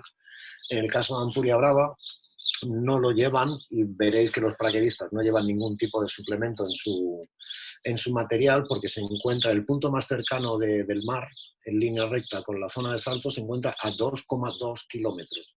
Es por poco, pero es suficiente para que no tenga que cumplir esa reglamentación. Además de eso, me voy hacia atrás, me retrotraigo en mis palabras y os digo que también toman por precaución dar la pasada de otra forma. De igual manera, en Castellón también, aun cumpliendo todas las normas como hacen, también tienen la precaución de dar la pasada nunca por encima del agua. Siempre están trabajando en tierra y es una zona muy benevolente en cuanto a que los vientos suelen ser de una forma casi matemática, ¿verdad, Óscar? Ahí eres tú el que me tienes que ayudar un poco. Pero esa componente norte está definida a rajatabla, vamos, parece que aquello allí, el viento, por las condiciones de las montañas, la esplanada que luego hay. Sí. Y es que cada zona de saltos tiene su orografía especial que Claro. tiene unos vientos especiales. En el caso de Ampuria Brava, efectivamente está muy cerca de Pirineos y se encañona mucho el viento por allí. Generalmente las zonas que son planas están cerca del mar, lo que predomina es la brisa de mar de día y normalmente es el viento que sopla hacia tierra, ¿no? Y por la noche... Con lo cual ayuda, ¿verdad? Es un factor encima de ayuda. Es decir, si hay un mínimo error ayuda, que está el pero, paracaidista... Bien. Claro, pero en el caso de Castellón tiene por un lado la playa muy cerca, pero también tiene una sierra muy cerca. Y de hecho, cuando sopla del noroeste, pues se producen unas turbulencias también fuertes. Y bueno, pues eso, cada zona tiene su orografía especial y hay que contar con ella, claro. Y de ahí que se adapten las normas y los condicionantes o los requisitos para saltar según esas tipologías. Bien, en este caso apuntaba la experiencia de Dani en Dubái. Pues sí, es correcto, es cierto. Además, yo os puedo decir, comencé a saltar allí desde el inicio, desde el pre-inicio de Dubái como zona de saltos, y os puedo decir que sí, que se pasó de aquí aterriza todo el mundo a vamos a poner un poco de limitaciones, vamos a subirlo a título C, lo subieron luego al título D pidiendo 500 saltos, luego lo subieron a 1000, luego un curso previo o una demostración previa de precisión de aterrizaje para poder optar a saltar en la palmera. No son normas que se pueden basar en un ámbito internacional o una regulación, son normas que específicamente impone una zona de saltos por sus condiciones particulares. ¿Qué más dudas tiene la gente por ahí? Pues no sé si hay más dudas por aquí, no parece que la gente, de cualquier duda que tengáis. En este caso, para Miguel Millán, no se necesita ninguna licencia especial, sino cumplir los requisitos que la federación de cada país estime oportuno para sus clubes o zonas de salto. Insisto que en España está regulado, los centros cumplen con los requisitos y está, insisto, vuelvo a decir una vez más, no hay que confundir lo que dice la reglamentación de una superficie susceptible, una superficie o masa de agua susceptible de bla, bla, bla, y así no me repito. Insisto, las piscinas, los pequeños lagos, no están contemplados. Bueno, pues si queréis, pues por no alargarlo tampoco mucho más y nos quedamos con esta buena noticia, que cuanto se pueda, pues sabéis que volvemos a los cielos. Yo quiero hacerte una pregunta incómoda, es que me encanta, cuando sale eso en el programa ese me encanta. Ahora viene una pregunta incómoda, yo quiero hacerte una pregunta incómoda, Cristian. Cuéntame. A veces puede ser aconsejable, vamos a ponernos en situación, zona o caña, listo, y así todos sabemos de qué estamos hablando. Por la mañana, a mí me pueden decir, o bien el piloto, o el ground control, o un responsable de la zona, del embarque, X, da igual. En una situación por la mañana, yo formo parte de un grupo que hacemos free fly y somos 3. Y había unos chicos que estaban haciendo trabajo relativo, eran 5, y por la mañana les han dicho, ellos primero, y a nosotros nos dijeron que fuéramos segundos. Pero sin embargo, por la tarde, con esas mismas personas o configuración, ese grupo de 5, les dijeron, ahora vosotros vais a ir segundo y vosotros primero. ¿Eso puede ocurrir? Sí. Puede ocurrir, claro que sí. Porque y la pregunta incómoda es, ¿por qué? Pues porque, como bien habíamos dicho en la charla, ¿vale? Es algo que depende de, como decía Óscar, de los vientos de la zona, la orografía, el viento tener en cuenta que también va por capas. Entonces, todos esos datos pueden ir cambiando a lo largo del día. Hay días que empezamos... Y pueden hacer aconsejable que esto cambie, como esta situación que te he expuesto. Exactamente. Hay días que empezamos a saltar y no hay nada de viento y resulta que a las 6 de la tarde soplan 20 nudos. ¿De dónde viene eso? ¿De dónde sale? Pues el viento va cambiando a lo largo del día y como consecuencia todo eso tiene que ir modificándose conforme a los cambios que se tengan que ir haciendo dependiendo de todas esas variaciones que tenga durante. Entonces sí, es posible que eso pase. Efectivamente. También es conveniente recordarles a todos, tened en cuenta una cosa, el paracaidismo no se divide entre belly flyers y free flyers. El free fly es un concepto tan amplio, tan grande, abarca tantas modalidades, no voy a decir disciplina como tal, podríamos llamarla, aunque no es correcto free fly, pero hay tantas modalidades diferentes dentro del free fly que no implica necesariamente mayor velocidad vertical. Puede ocurrir todo lo contrario. Antiguamente un salto de track era definido como free fly. Hoy en día van tomando ya unas especificaciones más concretas. El tracking jump, con pantalones, ya no hablo solo de trajes de alas, evidentemente esto entra en otra categoría, pero creerme que personas con unos pantaloncitos adecuados y una chaquetita pueden llegar a estar haciendo una deriva horizontal infinitamente mayor y con unos tiempos de caída vertical similares o incluso a veces por debajo de un paracaidista que vaya en belly. Por lo tanto, hay situaciones, grupos y modalidades que pueden incidir en que se cambien las decisiones de cuál es el orden de salida. Y luego, lógicamente, hay otras razones que ya implican una cuestión de seguridad. Es decir, el que yo haga free fly, pero soy un poquito malo, por así decirlo, va a implicar un mayor riesgo, porque también es cierto que, como apuntaba antes Cristian, si un equipo de trabajo relativo está más sometido a la posible deriva del viento, si esta es muy fuerte, insisto, tienen que ser vientos muy fuertes en caída libre para que desplace a un grupo horizontalmente en caída libre, ¿vale? Tiene que ser ya un viento muy, muy intenso. Hablamos de estar por encima de los 40-45 nudos como mínimo. Bien, pues aunque esa situación se dé así, lógicamente 3 personas como yo, que soy muy malo volando en cualquier circunstancia, en una posición de alta velocidad, si mi ángulo es inadecuado, mi deriva horizontal va a ser tremendísimamente superior a la de cualquier equipo de relativo, aunque le soplen 50 nudos de viento. Es un hecho que se demuestra de una forma empírica y cientos, miles de vídeos que desgraciadamente circulan por la red donde se constata eso. Entonces, cuando tenemos ese tipo de situaciones, tenemos que ser muy precavidos y cautos y lanzar por seguridad. También implica la disparidad de experiencia de los paracaidistas y el material que utilizan. No es conveniente que salten a un mataete, entre comillas, como yo, que abro luego mi paracaídas a 4.000, 5.000 pies y tengo una carga LAR de, no sé, voy a decir, venga, de 1.2. Y resulta que tienen que ir detrás de mí paracaidistas expertos que caen a una velocidad del carajo con una carga LAR que me dobla la mía y lo poquito que yo he ido más rápido en caída libre, luego ellos tienen que estar esperándome casi 50 segundos con un paracaídas de 70 pies porque yo no voy con suficientemente velocidad. Es decir, muchos parámetros que hay que combinar, ¿verdad, Cristian? Y muy complejos. Exactamente. Bueno, pues escucha, yo ahora me he enredado un poco a ver si te entraba alguna pregunta y te veía que mirabas ahí la pantalla, pero no entra ninguna más. Esto ha sido muy bonito. Sí, pues oye, encantado con la charla, ya os digo, y muchísimas gracias a todos. Cristian, muchísimas gracias. Tío, ha sido estupendo. Gracias, Óscar, por la colaboración. Nada, gracias a todos vosotros y bueno, recibiréis información y ese tipo de cositas. Le doy también un poquito de voz a Vilés para que se despida por su introducción. Gracias por todo lo que has dicho. Y chicos, nos vemos en la próxima. Gracias, chicos. Óscar, Usur, pasar por el peluquero vosotros también. Sí, yo estoy haciendo de montaña con el perfil, mírame. Sí.